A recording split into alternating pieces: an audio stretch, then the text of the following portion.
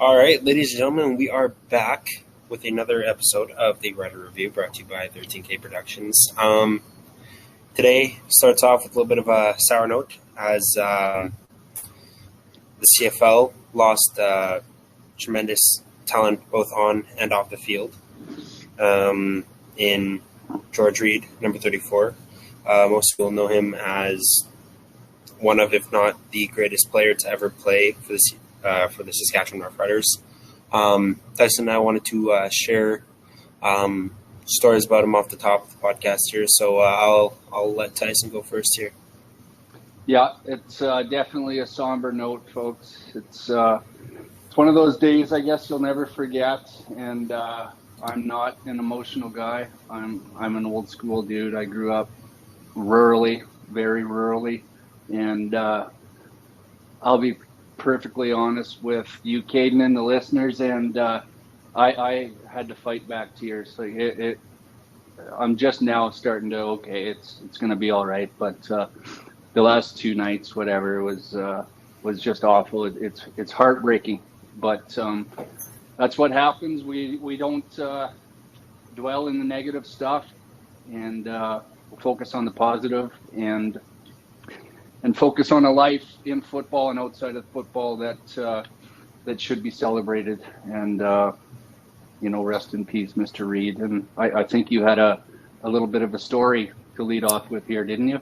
Yes, sir. So not too long ago, I think it would have been later, or it would have been Grey Cup time last year, around then. My stepmom and I were going to go see the number 34 play that they were putting on at the Globe Theatre here in Regina. And before the play, I actually was able to meet Brett Lowther, who's still currently playing for the Riders, and that was nice. And we went to the play, and we had near front row seats, and I guess George was sitting in the theater, and my stepmom had told me, and I heard a bunch of whispers going around, and we looked back, and I couldn't see him at all back like at the back of the theater. So we go through the whole play. The play was absolutely phenomenal, by the way. Mooney Sharma, great playwright. So if any of you guys are ever in Saskatchewan, or I know a lot of our listener base is from here, so go, if you guys ever get the chance to check out one of his plays, go for it.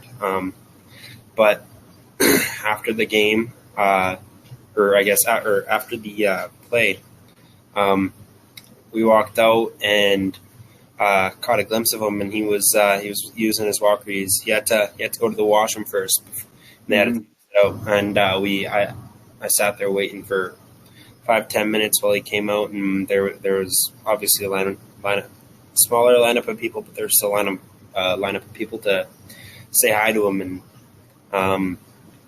we lined up there, and the entire time my stepmom tells me I was doing a dance or something, because I was shaking, because this is my first time meeting quite possibly the greatest person in Saskatchewan history. So I got to meet him. He was a nice, genuine guy. The stories I hear people saying how great of a guy he was are unbelievably true. He signed my ticket to the show, got him to sign my stepmom's ticket to the show too, and just we had a small little chat about football. He even talked to my stepmom too, and it was the guy. What can I say? The guy was and is a class act.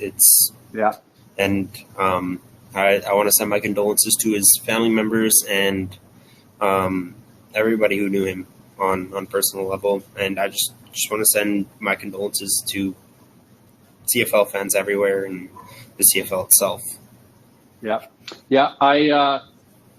I never technically ever met Mr. Reed, but I'm gonna say about 10-15 years ago, probably 15.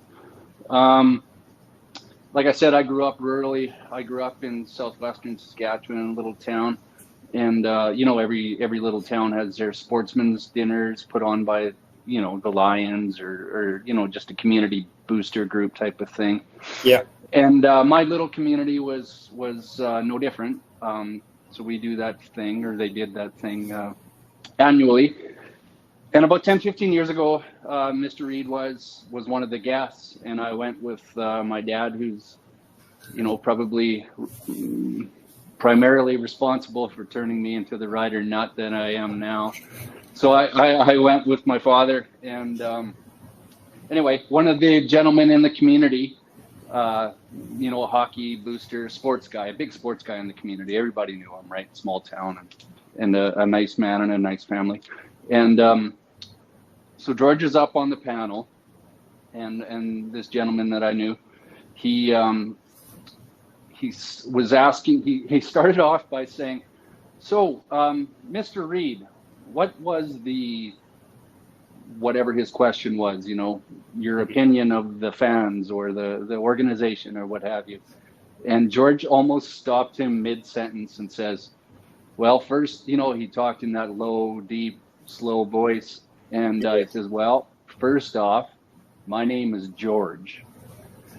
And this other gentleman whose name was Sam, and Sam said, no, you're always going to be Mr. Reed here. And the crowd just erupted. And, that was 15 years ago, and I can remember it like it was yesterday. It was a very, very special moment for me. I have a lot of autographs from the riders growing up because we went to these community dinners and stuff like that, and the odd game because we're way out in Western Saskatchewan. So it's quite a drive to Regina, but I got some autographs over the years, and obviously I've collected them since I've been 10, 12, 13 years old, whatever it was. And I do have Mr. Reed's autograph in there, but that sportsman's dinner, the way Mr. Reed responded like that, and the way this character Sam responded was very, very special to me, and I'll never forget it. Yeah, so an all-around great guy. I can't say it enough.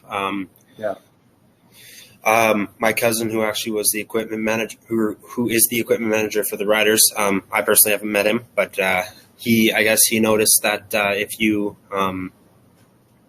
add up the numbers of the date that George passed, it's the number 34. So just a last goodbye from George to the fans. So yeah, absolutely. And so that was Gordy Gilroy who did that, the equipment manager there. And I also read that. That's pretty special. Boy, if we needed motivation, I don't think we should need any, but there it is right there. You know what I'm saying? Yeah, let's get at it. So let's get into game talk here. Off the top, I want to talk about the defense here. At the very beginning of the game, they were successful in getting pressure to the quarterback, and they what looked like if BC decided to run the ball, I think there would have been a lot of stops. I don't know if you're noticing that too. Like, they were getting past the offensive line. It's just they couldn't get there in time. They were on, and honestly, I think they were too much of a run-focused defense early in that football game. What are your thoughts on that defensive pressure? Yeah, I haven't rewatched it. I very much like what I see from Christian Albright, starting defensive end now. And we were missing Anthony Lanier, so that sucks, right? But yeah, I don't know. I haven't rewatched it. It's just been too busy. But I mean, if they were perhaps a little bit too much run focused, you could certainly understand why they would be, right? Mm-hmm. We've been gashed for 800 yards, or God knows what it is. So yeah, I don't know. Nobody played well, really, when it comes down to it. Yeah. And I mean, when that happens, you're bound to get beat through the air, right? When you focus too much on the run, and we were, and you can't be beat through the air when you're facing off against receivers like Keon Hatcher and Dominic Grimes and Lucky Whitehead. Just your thoughts on those guys? Those guys are nuts, dude. With all due respect to Winnipeg and Edmonton, and I'm not a BC fan at all. Like, I'm not. They're unbelievable. I would have to argue they're the best in the league. They might have 4,000-yard receivers this year. They're nuts. Which, obviously leads you to ask the question, why was Derek Moncrief starting at defensive halfback? Mm-hmm. Like I mentioned that in that little tiny solo podcast I did the other day. I believe I did anyway. And, and some people in the media were wondering why. Well, obviously our fears were realized because Moncrief was horrible. He was horrible out there. No, I don't blame Derek Moncrief. He's still a great athlete, but he's playing out of position, right?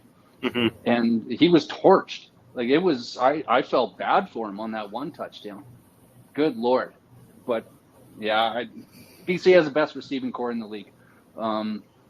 It's quite likely to be Winnipeg and BC in the Western Final. Here's hoping it's not, obviously, if you know what I'm saying. But Winnipeg's going to have their hands full. I'm telling you right now.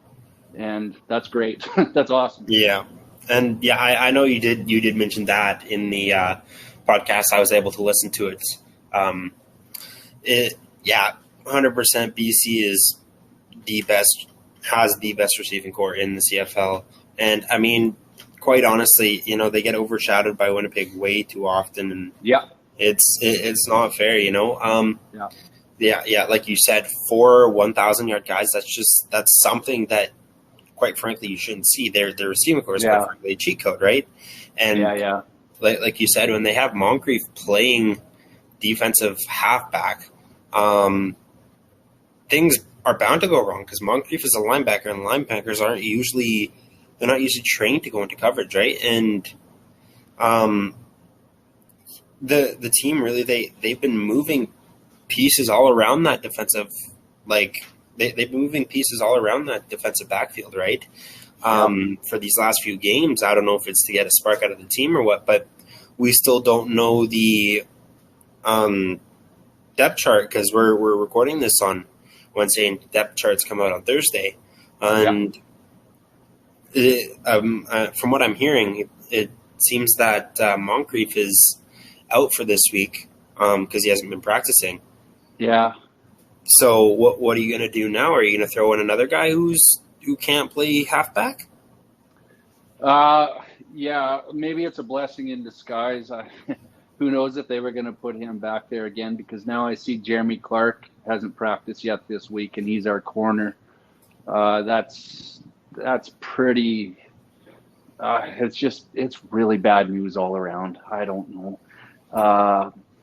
We still need Derek Moncrief back at Sam linebacker, right? Forget this 100%. Halfback nonsense. We need him back in that cover linebacker position. I've heard some chatter that maybe he's lost a step, and I suppose that's certainly possible, but I don't know.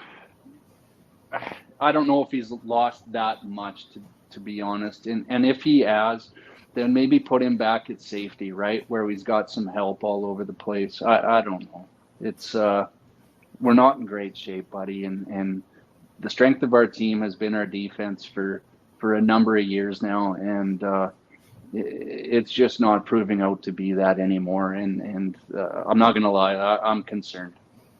Yeah, and as much as a negative as the defense no longer being the face of our team is, we can also flip over and look at a positive being the offense not being the face of our team. The offense has really started to transition into the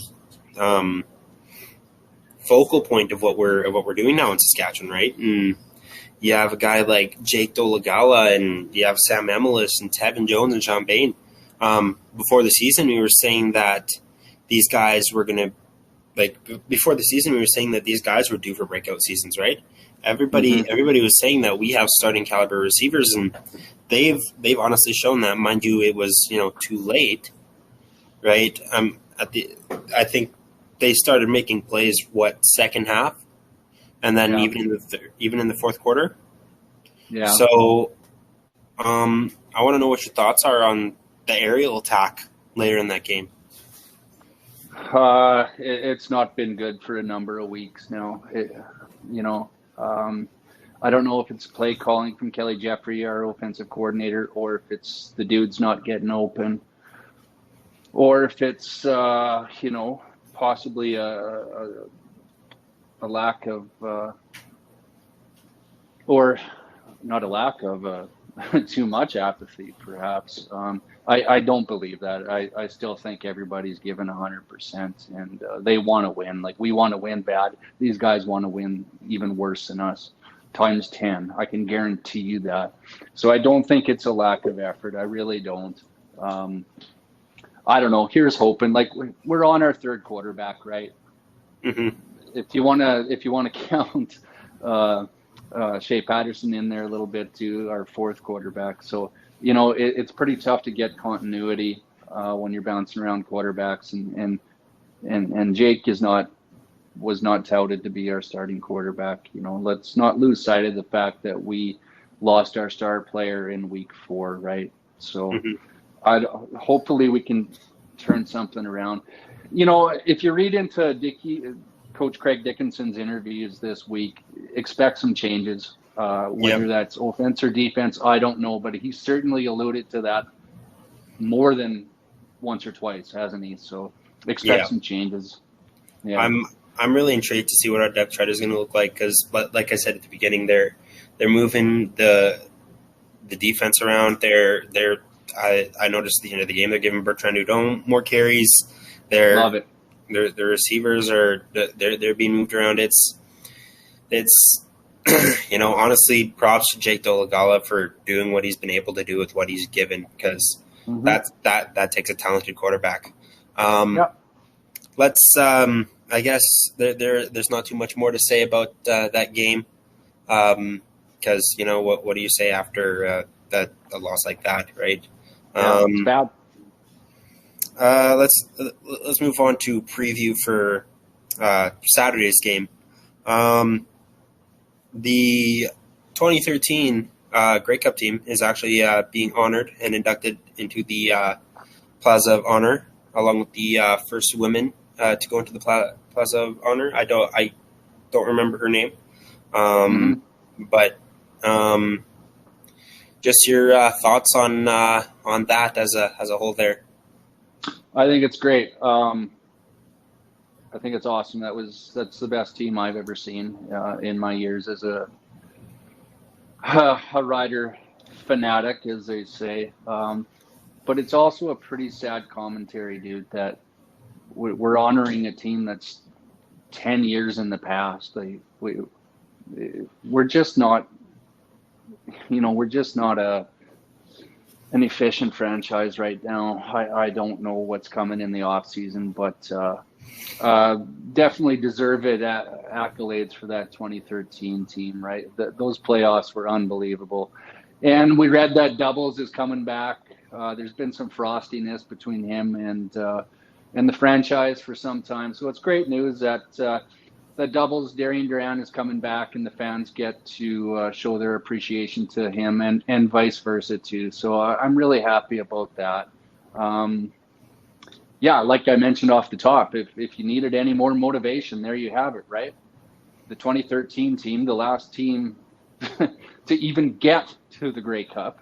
We're celebrating them, and obviously the sad news of Mr. Reed passing away. So there's all your motivation right there. If we don't come out and smoke these fellas, I'm going to be pissed. I'm going to be pissed right off. I'm telling you right now.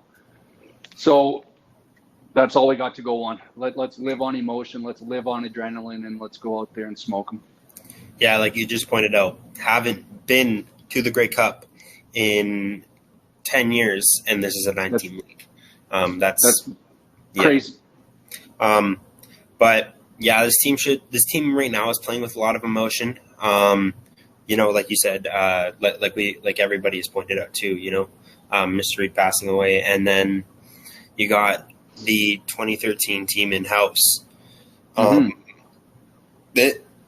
Hamilton really right now, they've clinched, I believe, don't correct me if I'm wrong, but I believe they clinched a playoff spot after their win over Calgary last week. I think it was 22-15. So Hamilton really has not as much to play for as we do. We have not clinched the spot yet. No, not as much to play for, but certainly something to play for, because there is a scenario, and I've just been so darn busy, I haven't had time to dig into the numbers, but there is a scenario, and it's not too outlandish as I understand it, that Hamilton can still finish in second place and host Montreal in the playoffs. So they also have something to play for too. And Bo Levi Mitchell, our boy, is pulled off the 6th game, and apparently splitting first team reps in practice with whoever, Taylor Powell or Matthew Schultz or somebody. Yeah. So it wouldn't be off the wall to see Bo Levi play. And Bo Levi hates Saskatchewan and everything Rough Riders, and he's made no bones about it. So I'm sure he's chomping at the bit to get in there and throw it in our face and all that stuff. But Matthew Schultz looked good last game for Hamilton. So, the way our defense is playing, dude, I don't really care who they put out there at quarterback. We have to play in the 90th percentile of possibilities here to fish out a win. I really do. We really have to show up, and it doesn't matter if it's Bo Levi Mitchell, Taylor Powell, or Matthew Schultz, who looked good, as I mentioned. So yeah. I noticed that too. I saw the headlines. I'm honestly, I'm hoping it's Bo Levi that starts, because we're in 2023 now, and me saying that is the best chance we have at winning, that's honestly, that's quite crazy. But honestly, this is pretty much a must-win game for us. I'm not going to say pretty much. It is a must-win game for us. I agree. If we lose, let's be honest, right? Like I was listening to the 3 Down Nation podcast, and they were saying that Saskatchewan fans are Saskatchewan fans. You can look everywhere else in the CFL, and they'll be fans of the Argos and Red Blacks and Lions and Stamps and whatnot, but they'll also be CFL fans, right? They'll be fans of CFL in general. Rider fans are Rider fans, right? Rider fans also are, for the most part, like, we can't, get too detailed here, but for the most part, Rider fans are intelligent football fans, right? Yeah. So they may not be fans of other teams per se, but they know exactly where the other teams are in the standings. They know the other team's record against us and all that jazz, right? So I would argue we are hardcore CFL fans, but not 3 Down Nation, whatever. Not in the way that not in the way that other fans would be considered, is what I guess is what I'm trying to say. But so on Saturday, everything is on the line, and I guess like everybody in Saskatchewan, I hope to see a win. Yeah, it's I don't think you're overstating it, my friend. I think it is a must-win now.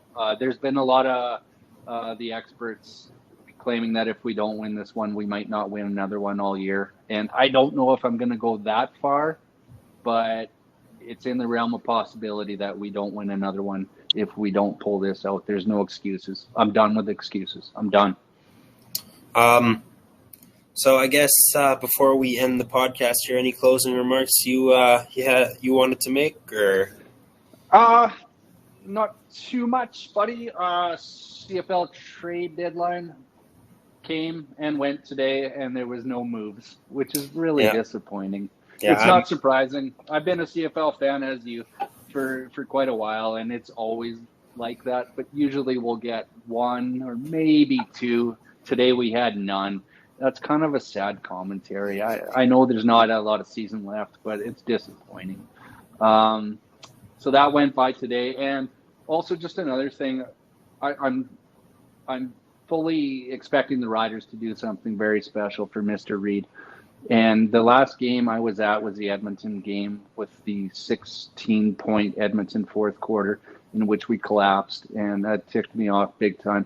But what really ticked me off in light of recent news here is George, Mr. Reed, was at that game, and they always show him on the Jumbotron, and I must have been in the bathroom or grabbing a burger or a beer or something because I missed it, and that's really weighing on my mind because that was the last time I could have seen him on the Jumbotron in his seat.